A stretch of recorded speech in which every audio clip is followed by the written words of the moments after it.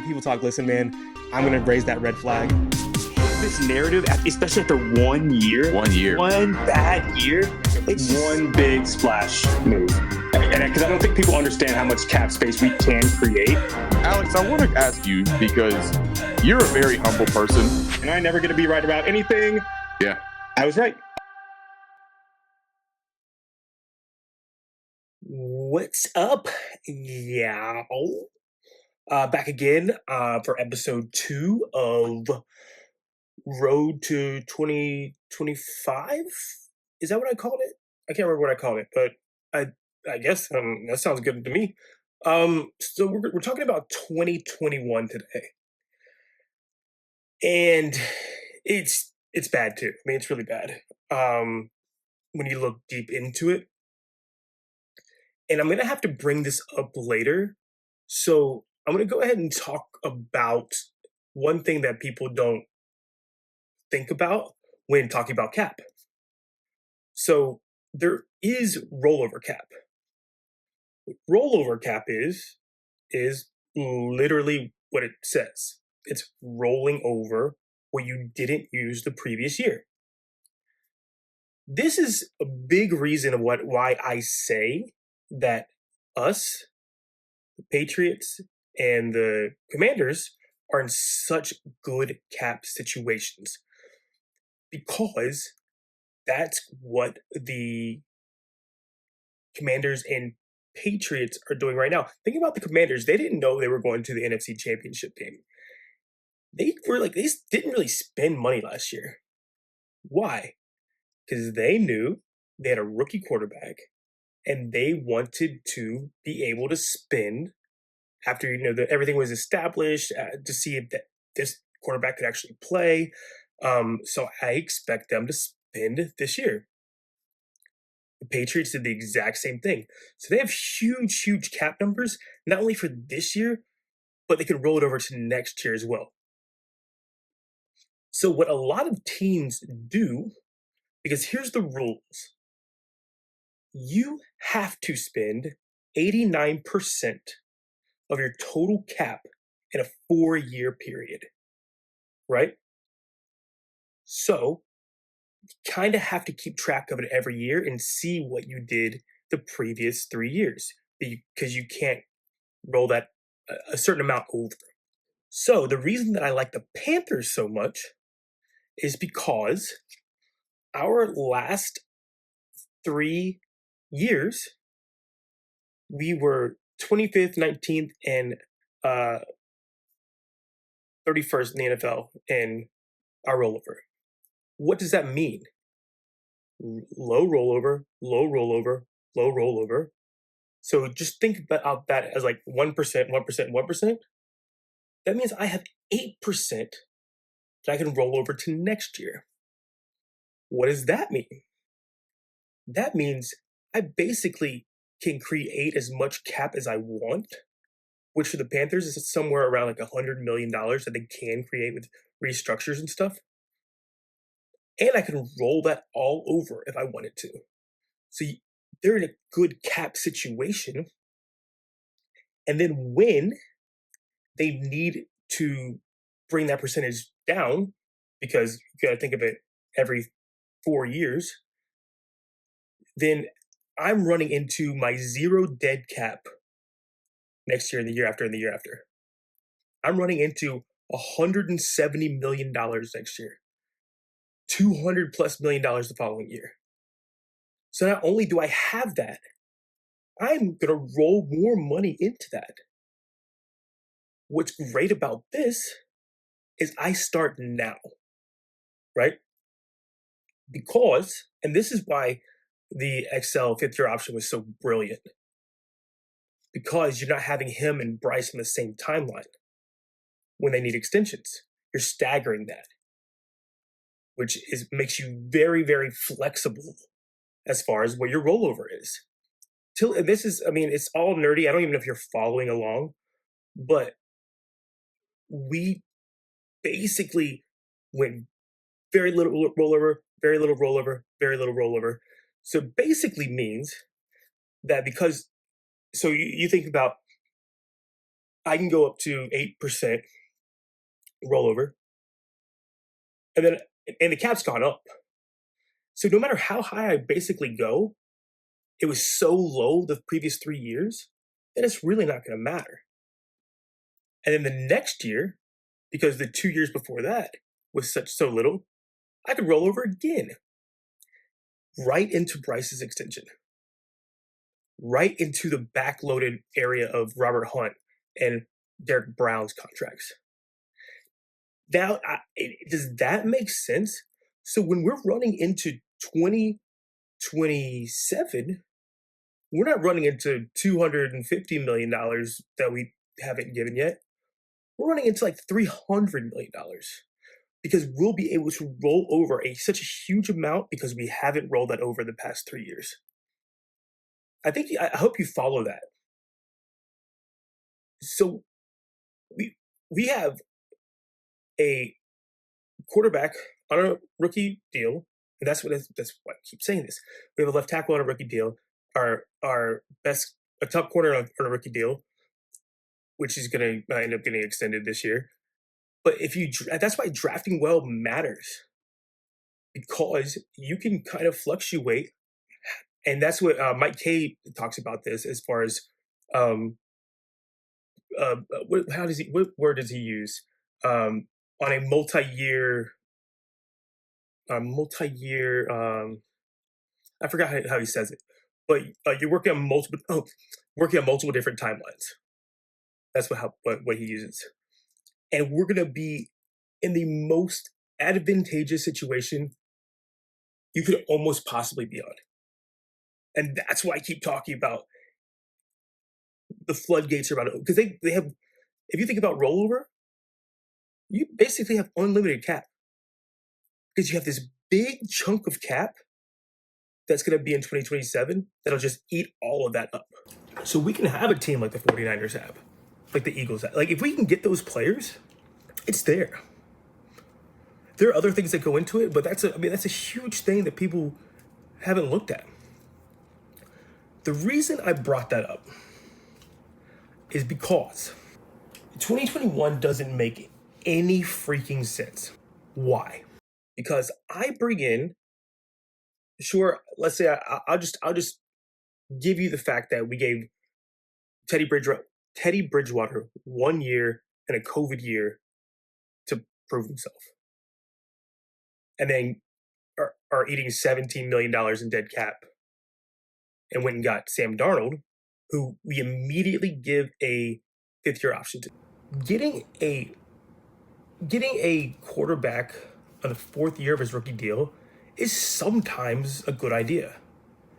Like, Justin Fields was a good idea, but they didn't have to trade any.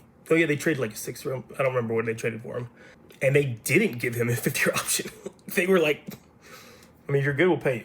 So you bring in Sam Darnold and give him a 5th-year option. At the same time, DJ Moore needs a 5th-year option. You also extend Moton. What do we know about extensions? That usually your first year is small because you have the signing bonus. The signing bonus comes out of your first year's salary and spreads over 4 years. So the first year is pretty cheap. And then the second year, you pay money. So you're paying 5th-year option to Darnold, 5th-year option to DJ Moore, 5th-year option to Moton. You restructure CMC in the second year. So he has 2 more years left of his deal. So you have to pay CMC. You restructure Shaq this year, the second year of his deal. Second year of his deal. You got to pay him. And Dante Jackson. He's going to be a free agent. So you got to pay him too. Which you should have some idea. You've seen him play for a whole year. You're going to see him play for half a year this year. At some point during that year, you can extend him, just like Chuba, and take some of that cap relief, right? So it doesn't work on the multiple timelines. But then you look at rollover cap. And it was set up for it to roll over to next year and the following year. What did we do at the end of the year? We blew that cap that was supposed to roll over. We traded for Stephon Gilmore for 8 games, took up $7 million of our cap. We signed Cam at the 11th of November, which took up $6 million for cap. We traded for CJ Henderson, 8 Dan Arnold's dead cap, and paid for him, basically. And he's about to be up for a new contract. We traded for Daryl Johnson. So we had all this cap that we were planning to roll over to take on the DJ Moore hit, the all these hits that I just explained to you. And it just burning a hole in our pocket, and we had to use it. So then you're stuck with this standard cap and all this dead money. So let's go over a broad overview of what happened in 2020. Basically, they cut almost everybody before Rhule. Not everybody, but they cut a lot of players before Rhule. They cut the staples before Rhule. So Cam, Olsen, Reed, Luke retired, K1 short. I mean, you drafted Derek Brown, so you drafted his replacement. So, and you go 5 wins. In that draft, you draft Derek Brown, Ida Gross-Matos, Jeremy Chin, Troy Pride, Kenny Robinson, Bravion Roy, and Stanley Thomas Oliver. All defense. And then you basically take a bomb to your offensive line. And I told you last time that you don't have any cap to sign any good linemen. So let's go to the draft of what they've done big. I'm not going to give you every single name, but they released K1 Short, ate that dead cap. Released Weatherly, ate that dead cap. That makes sense because you drafted Derek Brown and Ida Gross-Matos. You got rid of defensive tackle and defensive end. Makes sense. Release Trey Boston, who has 2 more years left of his deal. So $5 million dead cap over the next 2 years. Why did you give a 3-year deal? It didn't matter. They restructure Paradis, not to give him an extension, they give him a void year. So he pushed more cap down the road. CMC restructure, more cap down the road. Shaq restructure, put them down the road. So your first 3 moves show dead cap, dead cap, dead cap, dead cap, dead cap, dead cap. It's your first 3 moves. Then you sign Elfline to a 3-year, $5 million deal. And you need that help on the offensive line because there ain't nobody. Cam Irving got a 2-year, $10 million deal. Oof.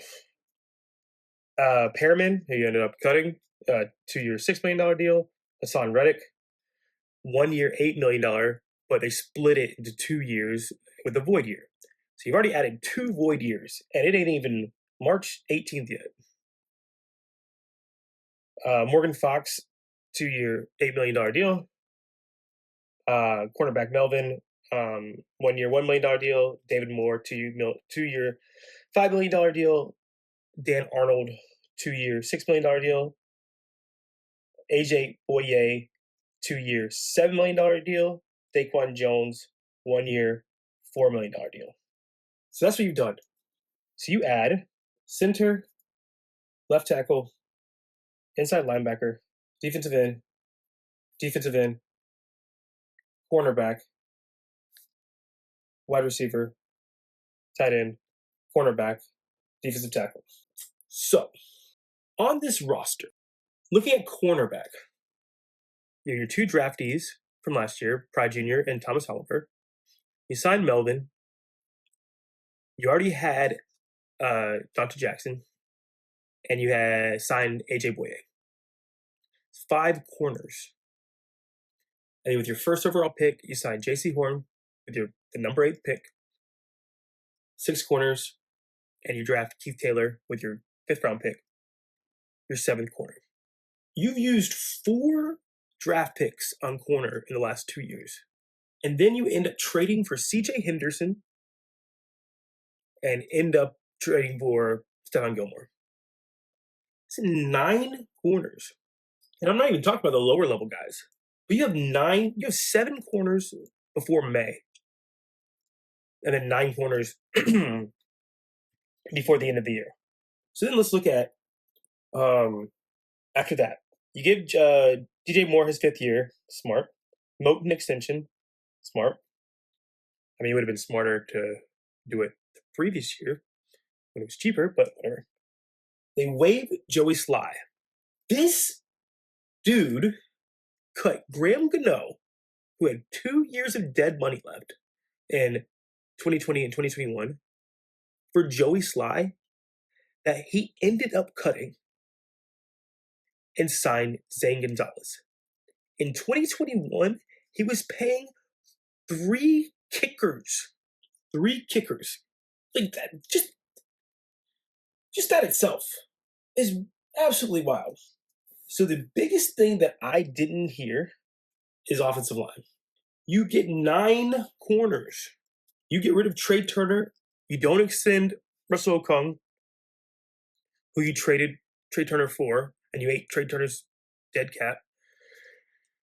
You got the worst left tackle in the league in Cam Irving. You have one of the worst guards in the league, and starting guards in the league, in John Miller.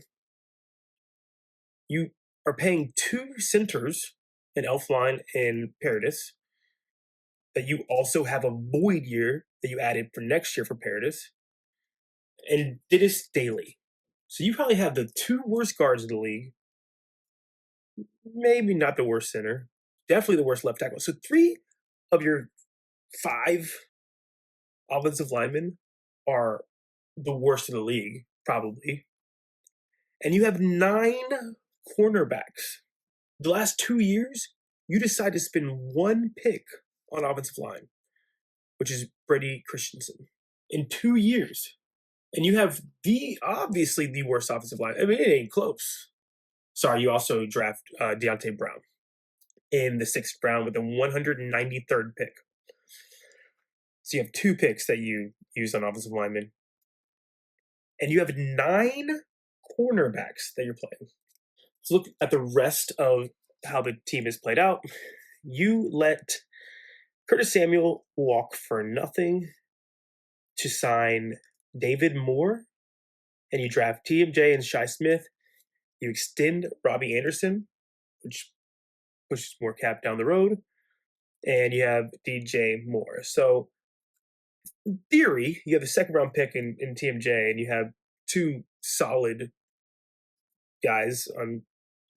You could have just not got 9 corners, kept Curtis Samuel, and used the 2nd round pick on a freaking offensive lineman. Because if you give Samuel a 3-year deal, who I believe was a 1,000-yard receiver the previous year, then that first cap number ain't that bad. I mean, you're paying David Moore and extending Robbie Anderson anyway. So let's look further. Your tight end room is Ian Thomas, Tommy Trimble, who you just drafted. Let me go over the draft picks for 2021. 1st round, J.C. Horn. 2nd round, Terrace Marshall. 3rd round, Brady Christensen. 4th round, another 3rd round pick, Tommy Trimble. 4th round, Chuba Hubbard. 5th round, Davion Nixon. Another 5th round, Keith Taylor. 6th round, Deontay Brown. Another 6th round, Shi Smith. 6th round, long snapper, Thomas Fletcher, and 7th round defensive tackle. So you've drafted 4 defensive tackles in 2 years, and you're still paying short, and you sign Daquan Jones. So obviously this dude loves defensive tackles and cornerbacks. Safety, you have Chin, Robinson, and Burris, because you're eating dead cap on Trey Boston, just like you ate dead cap on Reed last year. You have Brian Burns there. You got rid of Weatherly, which he brought in last year just to release him this year for dead cap. You have YGM that you drafted last year. You brought in Hassan Reddick, which you're paying a void year 2. You still have Haynes. You bring in Morgan Fox. I don't have a problem with any of that. And then linebacker, you have Shaq that you restructured. You bring on Luvu on a 1-year deal. We know about 1-year deals are bad. You got Perriman on a 2-year, $6 billion deal, who you don't have anymore after this eating up dead cap. And Jermaine Carter. Don't really have a problem with any of that either. My problem just keeps coming back to, what's the plan? Because you're not eating cap, you're pushing cap down the road.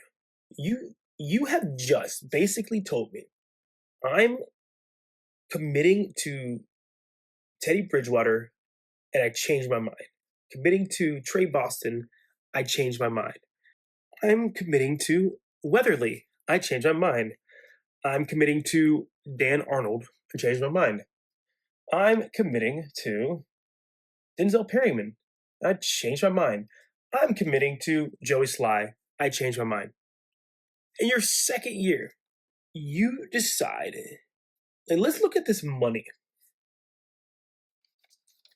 You're starting left tackle because this is the amount of time. So you already you've released, you've gotten off Teddy Bridgewater because Sam Darnold's going to come in. You've pushed already cap-wise. You've restructured Shaq, CMC. You've extended Moton. And then you're going to have to pay, in 2 years, Darnold, DJ Moore, Shaq again, CMC again, and Dante Jackson. Which you can't do. It's just, I mean, you can't do it. You've already set up for $35 million in dead already for next year. Already. And to help relieve that, you had a chance to roll over cap. And you decided to use that on Cam Newton and Stephon Gilmore, where there was no shot really at the playoffs. It didn't make any sense. You know you can't pay these guys. You don't really have an out because of the way these contracts are done, but I'm not going to go into those. You've already changed your mind about 5 different players. Why did we let this happen? Why did it get so long? Why was he preaching 7 years? Because it was basically like, let me pay these guys, get rid of them, eat dead cap, and then just restructure, and we'll figure it out later. Chillis came in 1 year, and I could already, I saw it last year. I saw what he was doing with these contracts. And then I said, look at freaking 2027. But you're paying those guys 2027, basically. Basically, people get their big chunk of their contract in their third year. Second gets bigger, a little bit bigger than third, and then most are like backloaded. And that's why this year is going to be such a big year, in my opinion. But this ain't helping anyone out. The only winner, if you keep on all these guys that you're paying, how are you're never going to be able to pay an offensive lineman. So you're going to have to draft him. Why the heck are you freaking drafting him? You just don't care about the offensive line? And then your quarterback's saying that he sees ghosts. Wonder why? Because you have 9 freaking cornerbacks. There's only 2 defensive tackles on the field at the time. You've drafted 4 in 2 years. And you brought in Daquan Jones. And you're eating shorts cap. It's just awful.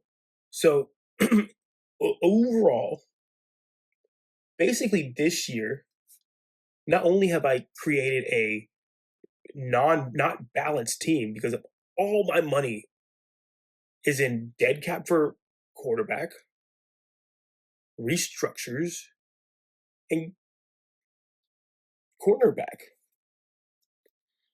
or just defense as a whole. I know I got to pay 5 guys next year or extend them.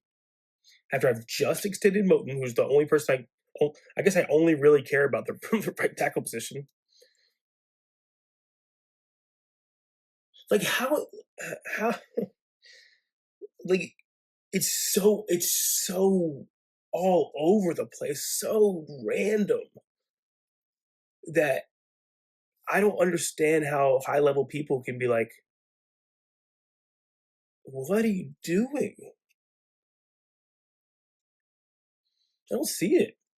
And then you get the next year, which I won't get into, but you do the same thing over again. Like, why was Fitterer even able to go to, honestly, why was he ever able to go to 2022?